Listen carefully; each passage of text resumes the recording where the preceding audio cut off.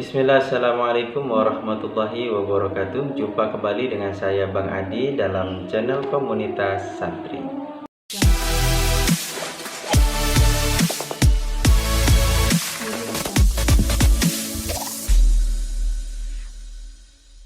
Baik teman-teman sekalian, pada kesempatan kali ini kita akan membahas, ini ada pertanyaan dari salah satu teman kita, yakni pertanyaan dari saudara Zainuddin, beralamat dari Tanjung Hilir, Pontianak Timur. Oke, ini pertanyaannya, bagaimana hukumnya ngupil ya atau ngorek telinga saat puasa, batal atau tidak? Baik, ini pertanyaan yang sangat menarik juga, karena ini hampir mirip dengan segmen kemarin.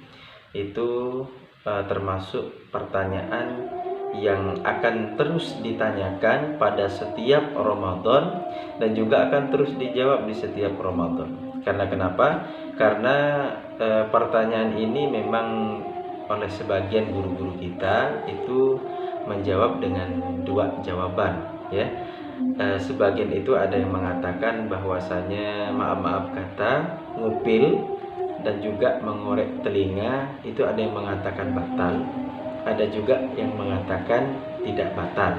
Nah, jadi pada kesempatan kali ini kita akan coba untuk membahas dari pertanyaan tersebut, bagaimana sebenarnya hukumnya. Pada kesempatan kali ini kita akan mengambil referensi dari salah satu kitab yang insya Allah sudah cukup masyhur ya untuk kalangan para santri dan alumni, yakni kitab Iqna juz 1 halaman 204 ya. Di sana di sekitar pertengahan itu dijelaskan, bismillahirrahmanirrahim, walladzi yuftiru bihi shaimu asyratu asya'ah. Adapun sesuatu yang dapat membatalkan terhadap orang yang berpuasa, asyratu asya'a, itu ada 10 perkara. Al-awalu ma wasala min ainin wa in qallat kasim simatin. Yang pertama adalah sesuatu yang masuk, yaitu berbentuk kahanan, berbentuk benda atau apapun itu, wa in qallat, walaupun kadarnya itu sedikit, kasim simatin. Di sini Kemusonib mengambil contoh seperti biji-bijian ya, kecil, tidak begitu besar, kasim simatin, amdan mukhtaran aliman bitahrimi, yang mana orang tersebut itu melakukannya dengan sengaja atau memasukkan kasim simatin tadi, biji-bijian tadi contohnya, itu dengan sengaja tanpa ada paksaan, sukarela, dan aliman bitahrimi, dia tahu bahwa itu adalah sesuatu yang diharamkan. Ila mutlaqil jawfi min manfadin maftuhin, yakni dimasukkan kemana? Dimasukkan kepada yang namanya ilal jawfi atau ila mutlaqil jawfi, kepada lubang ya, kepada lubang yang ada di tubuh kita. Min manfadin maftuhin, tapi dengan syarat. Ada syarat, ini lubang bukan hanya sekedar lubang, akan tapi yang dimaksud adalah min manfadin maftuhin, yang mana lubang itu harus kategori manfadin, yakni lubang itu harus ada saluran yang langsung tembus pada anggota dalam tubuh kita, organ dalam tubuh kita. Terus maftuhin, yang mana lubang itu statusnya itu terbuka. Jadi banyak contohnya, seperti contoh ya, kita ambil contoh mulut. Jadi mulut kita ini termasuk salah satu lubang yang dimaksud dan langsung tembus pada organ dalam kita, dan juga mulut kita ini terbuka. Nah, ini adalah salah satu contohnya. Sawa'un kana yahilul ghada awid dawa, yakni begitu juga sama, lubang tersebut itu dapat mengalirkan atau memproses terhadap ghada, makanan, awid dawa ataupun obat, amla ataupun tidak, kabatinil halki wal batni wal im'a'i, seperti contoh bagian dalam dari tenggorokan, dan juga wal batni, bagian perut, wal im'a'i, dan usus, wa batinir ra'si, dan juga bagian dalam dari kepala kita, li'anna saumah, huwa al-imsaku an kulli ma yasilu ilal jawfi. Jadi yang dimaksud dengan puasa, karena sesungguhnya yang dimaksud dengan berpuasa itu adalah al-imsaku an kulli ma yasilu ilal jawfi, yakni menahan segala sesuatu yang dapat masuk kepada anggota tubuh kita atau kepada lubang-lubang yang langsung tembus kepada organ dalam kita. Itu yang dimaksud dengan puasa menurut kitab Al-Iqna ini. Jadi para hadirin, para teman-teman santri, abang kakak yang dimuliakan Allah, dari dalil ini dapat kita pahami bahwasanya memasukkan benda apapun, kahanan ini adalah benda apapun itu, baik itu biji-bijian ataupun daun-daunan, rumput, pasir, atau bahkan jari kita sekalipun termasuk dari kahanan, termasuk dari suatu benda, dimasukkan kepada lubang tadi, maka hukumnya tidak batal. Kenapa bisa tidak batal? Sebenarnya diperinci lagi. Karena yang dimaksud dengan batal itu apabila masuknya bagian batin, ya, bagian kabatinil udhuni, bagian dalam dari telinga, bagian dalam dari tenggorokan, bagian dalam dari hidung. Kalau cuma di bagian luarnya saja, maka itu tidak membatalkan. Hal ini senada dengan yang dijelaskan dalam kitab Al-Hidayah halaman 187. Bismillahirrahmanirrahim. Wal muradu bi mutlaqil jawfi, adapun yang dimaksud dengan lubang dalam tubuh kita maksudnya kulluma yusamma jawfan, yakni setiap sesuatu yang disebut lubang. Wa illam yakun fihi quwwata ihalati, yakni walaupun lubang tersebut tidak ada kemampuan untuk memproses ihalatil ghadha wad dawa, tidak ada kemampuan untuk memproses terhadap makanan dan obat.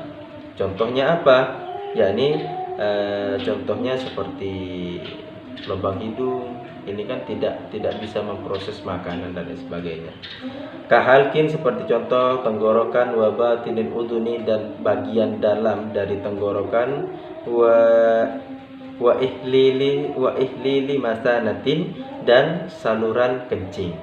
Ya, ini adalah contohnya.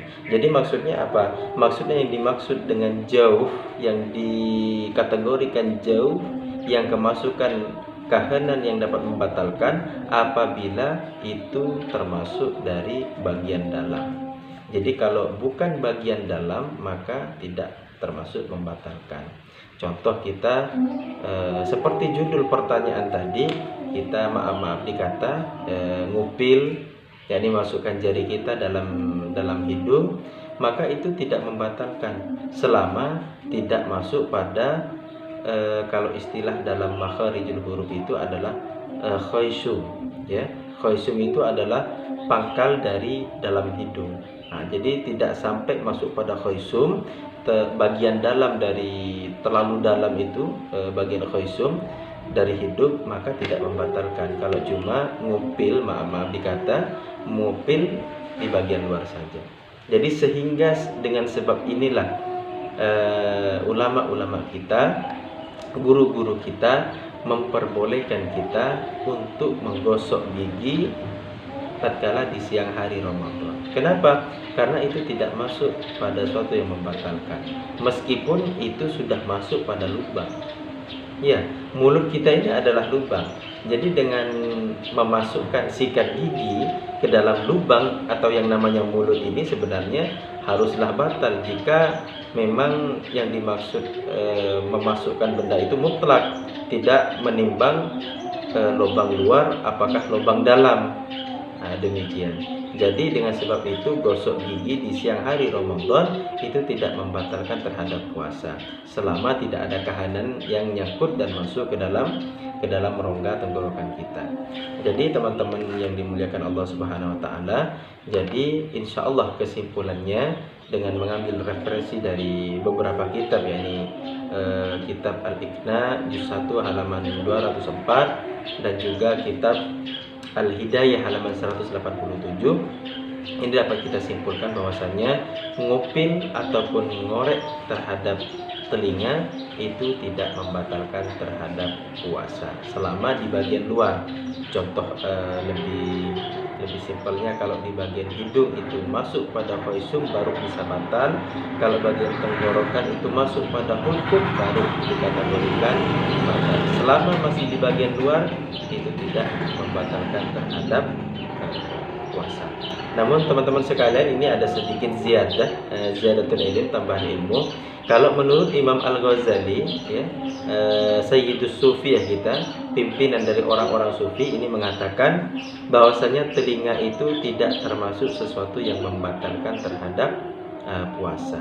Walaupun kita ngoreknya sampai agak dalam, itu tidak membatalkan. Hal ini banyak sekali dikemukakan oleh Imam Al-Ghazali dari beberapa kitab beliau, dan juga ditukil lagi oleh beberapa musannif dalam kitabnya. Ini seperti contoh dalam kitab Taqriratus Sajidat halaman 452, dan juga di kitab beliau sendiri yakni Ihya Ulumuddin juz 1 halaman 327. Di sana itu beliau mengatakan bahwasanya telinga ini tidak masuk pada al-jauh atau lubang yang min manfatin maftuhin. Kalau maftuhin terbuka, memang betul telinga kita terbuka, sifatnya terbuka, tapi dia tidak tergolong sebagai manfatin, yakni lubang yang tembus pada rongga dalam dari tubuh kita. Karena kalau kita coba itu ya menganalisa dari segi medis, dari segi ilmu kedokteran, kalau kita itu juga lihat searching itu di Google, gambar bagaimana tampilan dari organ-organ atau rongga-rongga telinga, maka telinga ini, lubang telinga ini terbatas sampai pada gendang telinga saja. Jadi kalau sebagian pendapat para dokter itu, dalamnya telinga ini kurang lebih 3 cm sampai 2,5 cm. Jadi tidak begitu dalam. Sampai pada gendang telinga, di situ buntu, ya, tidak sampai pada dari telinga tidak ada saluran yang sampai pada dalam tubuh kita, ke otak atau lain sebagainya. Jadi terhenti pada gendang telinga. Cuma ini pendapat dari Imam Al-Ghazali. Jadi beliau mengatakan bahwasanya telinga tidak masuk pada jauh atau lubang yang min manfatin maftuhin. Tapi maftuhin tetap maftuhin karena terbuka, tapi tak termasuk dari min manfatin. Baik teman-teman sekalian, mungkin hanya ini yang dapat bisa kami share, bisa kami bagikan. Mudah-mudahan bermanfaat untuk teman-teman yang masih belum tahu, dan mudah-mudahan bisa menjadi pengingat bagi teman-teman yang sudah tahu. Untuk itu, jika memang ada pendapat yang salah atau hal-hal yang kurang benar, kami mohon untuk dimusyawarahkan kritik dan sarannya di kolom komentar. Akhir kalam, wassalamualaikum warahmatullahi wabarakatuh.